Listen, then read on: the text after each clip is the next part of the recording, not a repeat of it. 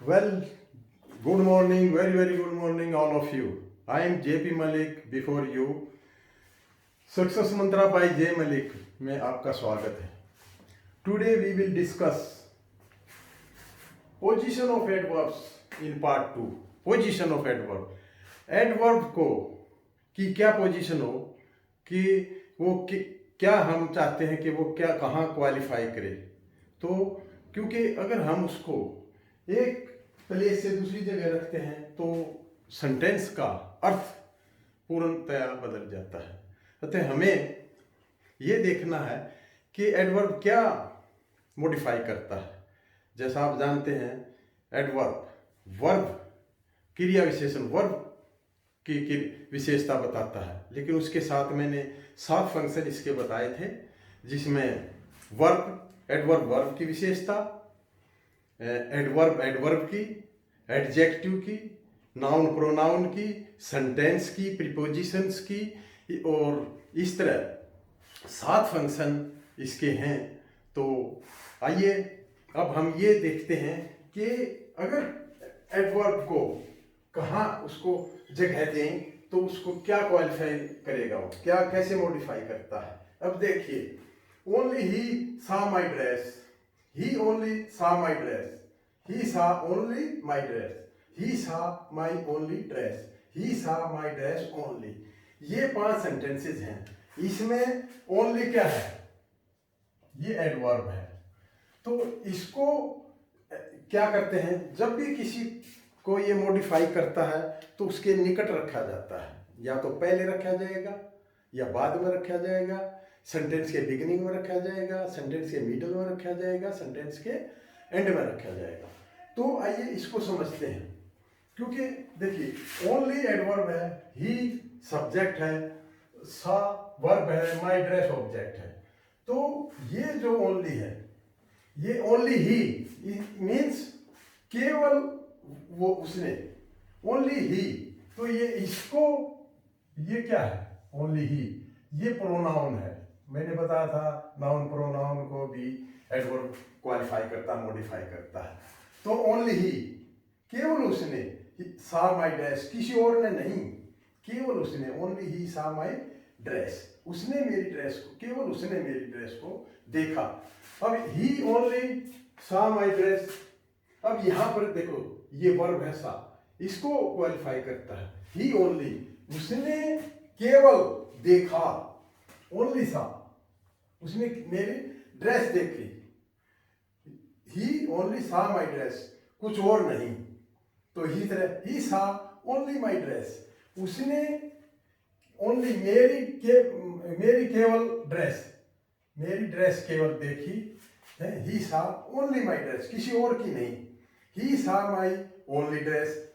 इसका मतलब क्या है कि एकमात्र ड्रेस, ओनली ड्रेस, एकमात्र ड्रेस जो मेरे पास थी उसने वो देखी. ही सा माई ड्रेस ओनली, उसने मेरी ड्रेस देखी, कुछ और पुस्तक कलम इत्यादि नहीं देखा. तो कहने का तात्पर्य ये है कि एडवर्ब जो क्वालिफाई करता है वो जिस चीज को क्वालिफाई करता है उसके निकट पाया जाता है, या तो पहले या बाद में. तो ये मैं क्लियर करना चाहता हूं. तो अभी आइए, इसके मेन 3 हैं एडवर्ब के, 3 तरह के इसके कारण है. या तो एट द बिगिनिंग मिलेगा, तो बिगिनिंग किन किन केसेस में मिलेगा, मिडल में किस किस केस में एडवर्ब आएगा, और एंड में कैसे आएगा. तो ये क्लियर करना है. एट द बिगिनिंग, बिगिनिंग में क्या है, अगर इंटेरोगेटिव एडवर्ब है, इंटेरोगेटिव सेंटेंसेस हैं, इंटेरोगेटिव में जो एडवर्ब है वो स्टार्टिंग में आएगा. When are you returning home, आप घर कब लौट रहे हो. When, where are you going, who are you. तो ये जो एडवर्ब है, ये जो एडवर्ब हैं ये स्टार्टिंग में आते हैं इंटेरोगेटिव के केस में. और दूसरा, जब होल सेंटेंस को मॉडिफाई करना हो, पूरे सेंटेंसेस को मॉडिफाई करना हो, जैसे fortunately no one was hurt, तो ये सौभाग्य से किसी को चोट नहीं लगी. तो फॉर्चुनेटली, ये जो फॉर्चुनेटली है ये एडवर्ब का काम है, कर रही है. तो पूरे सेंटेंस को ये क्वालिफाई करती है। इसी तरह surely I will take care of you, तो ये स्टार्टिंग में आएगी क्योंकि ये पूरे सेंटेंस को क्वालिफाई करती है।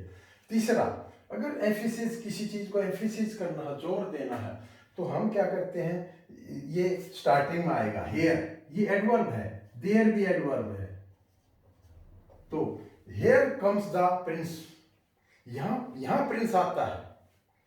देयर गोज द बेल, वहां घंटी जाती है, वहां पर हमने स्ट्रेस दिया है, तो देयर, ये एडवर्ब, हियर, देयर, ये एडवर्ब एम्फेसिस देते हैं तो स्टार्टिंग में आता है। तो स्टार्टिंग में जब भी एडवर्ब आएगा, तीन केसेस में आएगा, या तो इंटेरोगेटिव सेंटेंस हो, या होल सेंटेंस को मॉडिफाई करना हो, या एम्फेसिस देना हो, तो ये तीन केसेस में एट द बिगिनिंग एडवर्ब आएगा। अब ये देखिए मिडल में कहा, in the middle, adverb of time, जितने भी टाइम के एडवर्ब्स हैं, always, never, ever, often, sometimes, etc., which is used before verbs to modify them, उनको मॉडिफाई करने के लिए वर्ब से हमेशा पहले आएंगे। जैसे हरी नेवर कम्स हियर, तो देखिए ये कम्स वर्ब है, तो वर्ब से पहले आएगा, ये एडवर्ब है।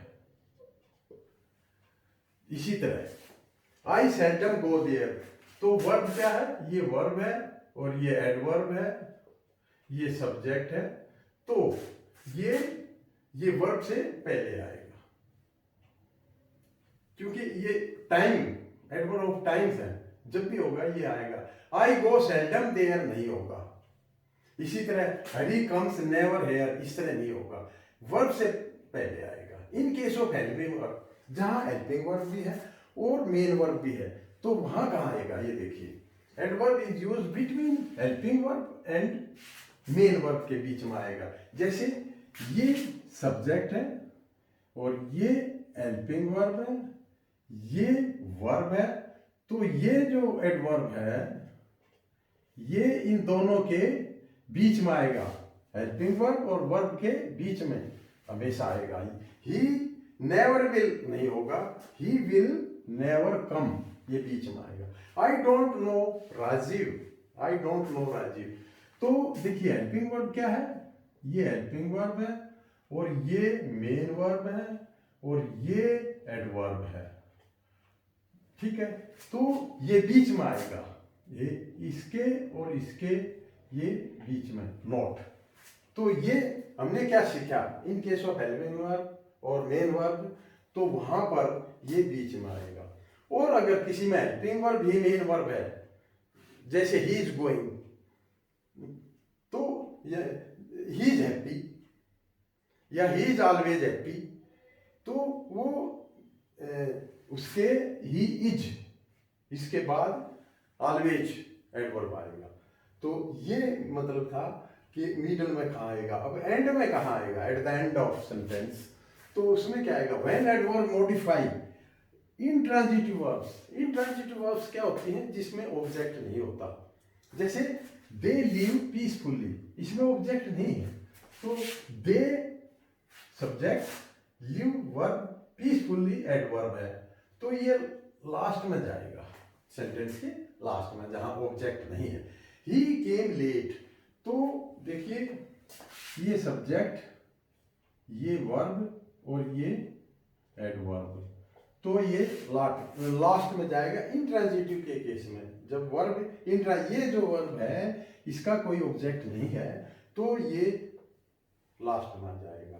वी वेंट देयर, ये नहीं होगा देयर वी वेंट या वी देयर वेंट, ऐसा नहीं होगा, तो ये इसी तरह वी सब्जेक्ट, ये वर्ब और ये एडवर्ब, ये लास्ट में जाएगा।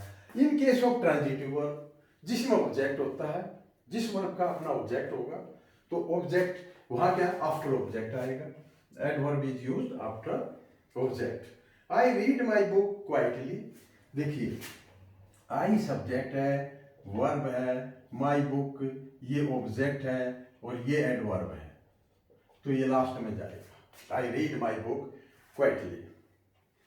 He can solve this question easily, देखिए क्वेश्चन क्या है, ऑब्जेक्ट है, और ही सब्जेक्ट है और ये वर्ब है, ये तो मॉडल है। तो इसमें क्या है, ये एडवर्ब है, इजीली एडवर्ब।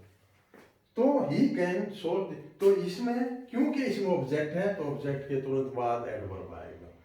तो ये मैं क्लियर करना चाहता हूं कि किस केस में कहां पर हम एडवर्ब यूज करें। सबसे पहले तो हमें एडवर्ब वहां यूज करना है जिसको मॉडिफाई करना है, जो उसके निकट आएगा, पहले या बाद में, ये हमने इस हिसाब से देखना है।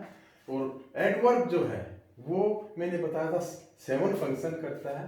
तो कहाँ पर एडवर्ब, क्योंकि इसमें बड़ी मिस्टेक्स हो जाती हैं, कहीं भी हम एडवर्ब को यूज नहीं कर सकते। जब जिसको मॉडिफाई करना है तो जिस वर्ब को जहाँ मॉडिफाई करना है वहाँ पर एग्जैक्ट जगह में मॉडिफाई करेंगे, एडवर्ब लगाएंगे, तो हमारी मिस्टेक नहीं होगी। क्योंकि करेक्शन इन करेक्शन में इसका पेपर्स एग्जाम में भी आता है। अतः I think it is clear. Be happy and healthy. Thank you very much.